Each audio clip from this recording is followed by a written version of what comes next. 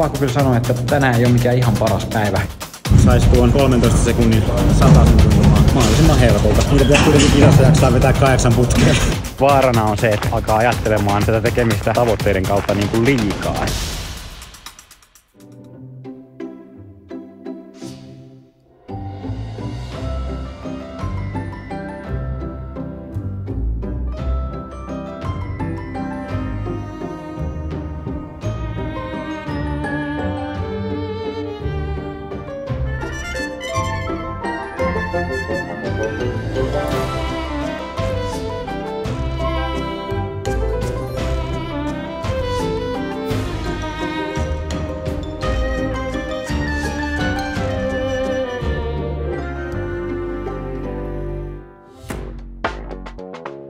Harjoituskauden ensimmäinen harjoitusleiri jatkuu täällä Pajulahdessa ja sitten muutaman päivän päästä vaihdetaan Urheaan Helsinkiin sitten jatkamaan leiriä. Tänään olisi ohjelmassa kova treeni 6 kertaa tonni.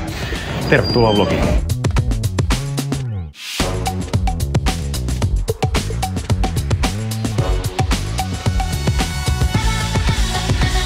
Joo, no siinä sattuu. Kiristää.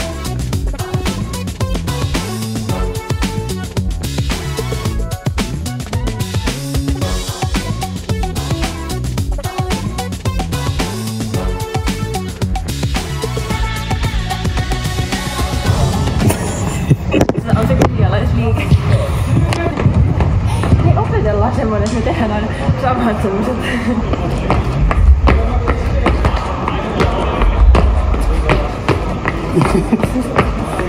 Oikeesti aika hyviä. Nyt sinne otetaan meidän... Kesällä voitte nähdä, että me verrytellään tälleen, että tää on meidän... verryttelyjuna. Joonas, kuvataanko lisää OnlyFansia? Joo. Silleen eka tänne ja sitten katsotaan, että hidastat sen. Pajulahdesta löytyy voimakas uros. Hän on ainutlaatuinen yksilö Pajulahden synkässä syysillassa.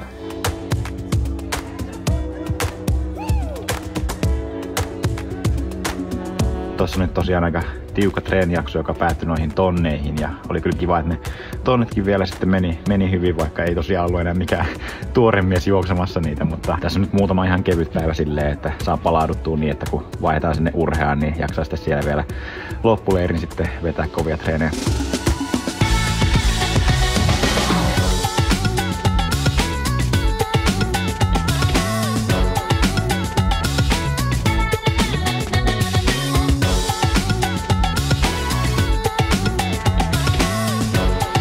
Se oli sitten muuttopäivä, eli tänään mä tein tässä aamulla nopeustreeni ja sen jälkeen pakataan kamat ja lähdetään sitten Helsingin suuntaan. Silleen ihan kiva, että tulee tommonen kombo tästä, niin samaan leiriin tulee Pajulahti ja Urhean leiripaikat sitten käytyy, koska niissä molemmissa on niinku hyvät ja huonot puolensa. Sen lisäksi tässä tulee sitten kesken leirin tämmönen kiva maisemanvaihdos, että tulee semmonen vähän semmonen freesimpi fiilis taas tohon tekemiseen.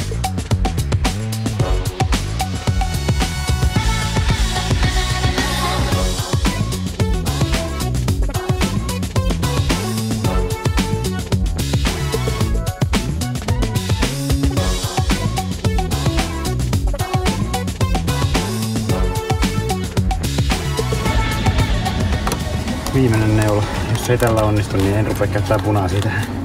Joo, tässä nopeustreenissä toi happokontrolli on lähinnä semmoinen niinku vähän kertoo sitä palautuneisuuden tilasta, että yleensä jos on vähän vähemmän palautunut, niin sitten nousee happokin vähän enemmän. 9,9.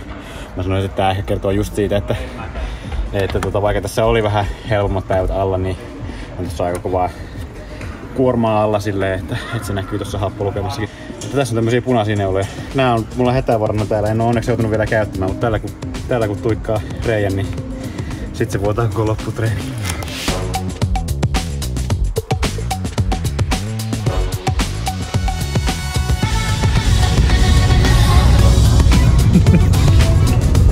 Kännyssä kaista. Kun yksi laittaa käden tähän heti eteen, näkeekö sieltä mitään?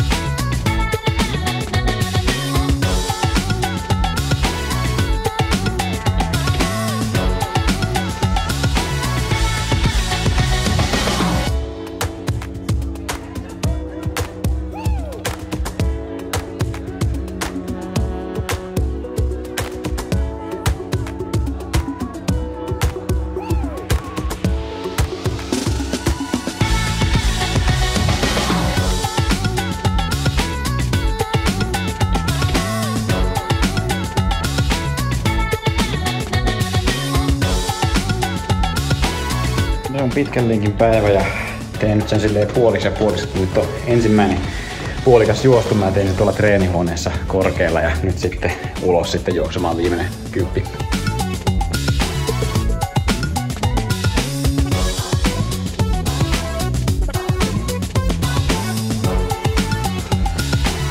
Ero suhteessa Hakolaan se on kaventunut. Se on nyt 12 sekuntia, kun se oli 6 kilometrissä 15 sekuntia. Tuossahan poikas hiihtyä.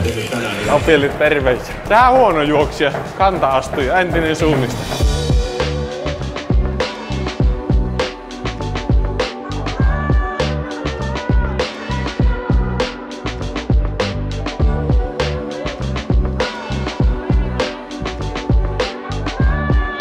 Tänään mulla on semmonen treeni, mitä voisi sanoa urhean erikoiseksi, joka on siis 100 veto ja 8 rytmillä. Eli tulee silleen niin kuin vähän vauhikkaampaa juoksua sitten siinä tolleen niin kuin kuitenkin lyhyissä vedoissa, koska täällä on niin kuin toi juoksusuora hyvin saatavilla, niin en oo missään muualla oikein tehnyt kuin täällä urheassa sitten tulee samanlaista treeniä. Treenin tavoitteena on siis se, että sais tuon 13 sekunnin 100 tuntumaan mahdollisimman helpolta. Niitä pitäisi kuitenkin kisassa jaksaa vetää 8 putkea. Löytyi semmoinen tosi hyvä rentous siihen juoksuun, mikä on tämmöisenä kasijuoksussa aika oleellinen nimenomaan, että kasilla koko ajan juostaan tosi kovaa, mutta samaan aikaan se ei saa ollenkaan sellaista puristamaa. Siinä, silloin kun se oikein kulkee, niin siinä vähän niin kuin liitää se askeleen päälle.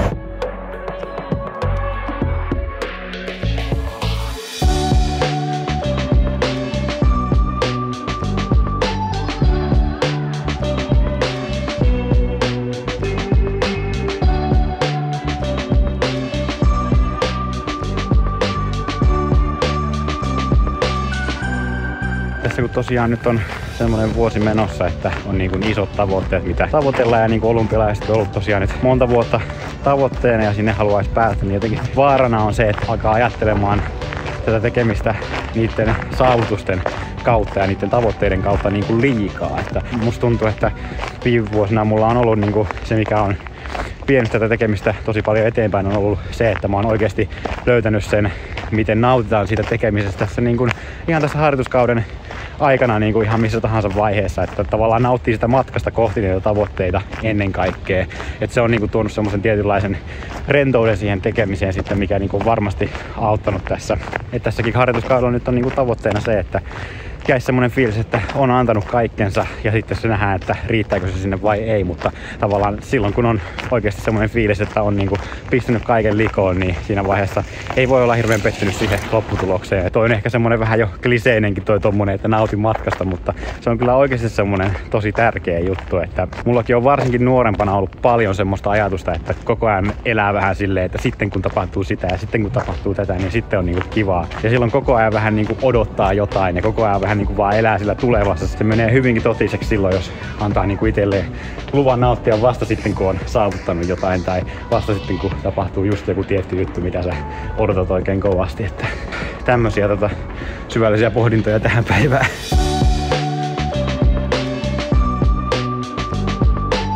No niin, täällä ollaan menossa nukkumaan ja meillä on iltaruteiniksi tullut semmonen, että kun jostain syystä näissä alppihuoneissa, en tiedä sitten varmaan sen takia, kun se tuo sinne semmoista vähän happisempaa ilmaa, niin se ilma on varmaan tosi kuivaa, että tuolla niinku saattaa olla silleen, että suu on ihan tosi kuiva aamulla kun herää, niin sitten me ollaan tehty tämmönen tee se itse ilmankostusi, joka sitten käytetään jokaisen huoneessa sitten vuoron perään. Ja tästä otetaan vedenkeitin.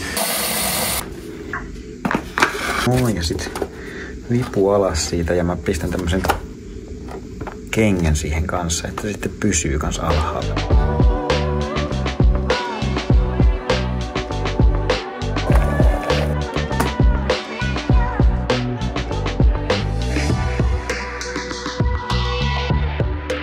Kaksi kertaa 10 kertaa 400 metriä eli VK-nelkut. Tää on kyllä kiva paikka tulla tekemään tää Olympiastadion aina kun tänne pääsee, niin tää on kyllä siisti vetää treeniä, vaikka ei nää vieläkään tänne on laittanut kunnon ratamerkintöjä, että tuohon seinään piirrettynä toi, että missä se 400 oikein lähtee, mutta kyllä täällä hyvä on silti juosta.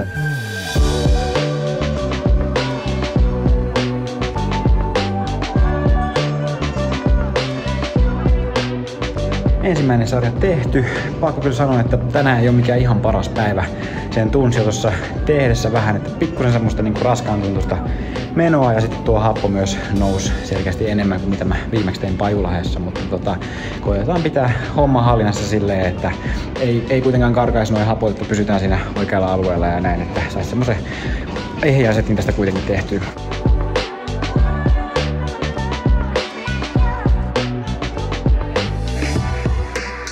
Lähdin tosiaan tuohon toiseen 400 sarjaan sillä ajatuksella, että nyt vaan koetetaan pitää tää tilanne tässä hallinnassa, että ei lähtisi ne laktaatit karkaamaan sinne VK:n yläpuolelle. Ja siinä mä kyllä onnistuin hyvin, että ne laktaatit laski siinä ihan hyvin ja näin, mutta ei se fiilis kyllä siltikään ollut hyvä. Että sanotaan näin, että oli treenillisesti varmasti niin kuin hyvä. Treeni on selkeästi plakkarissa ja näin, mutta se oma tuntemus oli vaan semmonen, että ei tää niin kuin mikään miellyttävä treeni ollut.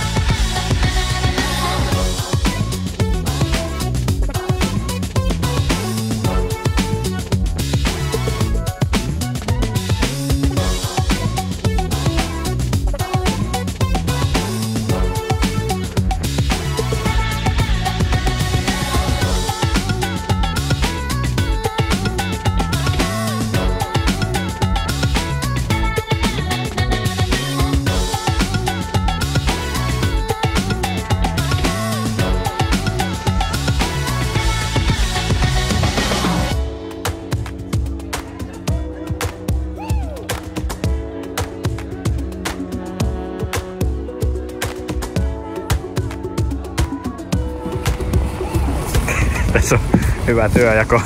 Mä vaan dokumentoin.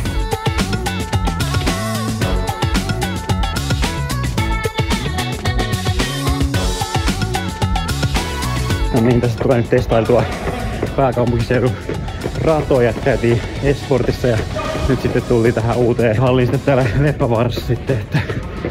On kyllä bueno. Niin, leirin viimeistä päivää eletään ja nyt pääsee sitten vetämään viimeisen päälle uudella radalla. Se oikein haistaa se semmosen tuoreen mondon täällä ilmassa. Se on vähän niinku uuden auton tuoksu. Lähdetään ajaa.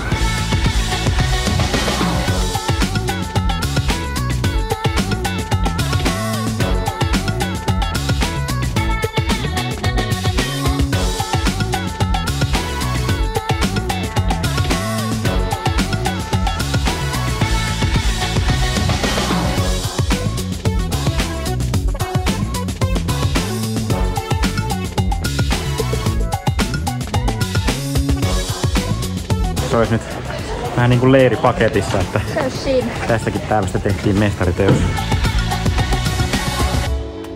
Kauden ensimmäinen harjoitusleiri tehtynä ja tässä kun tultiin Jyväskylään, niin käytiin vielä hakemassa influenssarokotteet. Tosi paljon kiitoksia kaikille, jotka laitatte super thanksia viime videoon. Paina tykkäys, tilaa kanava, kippari kuittaa.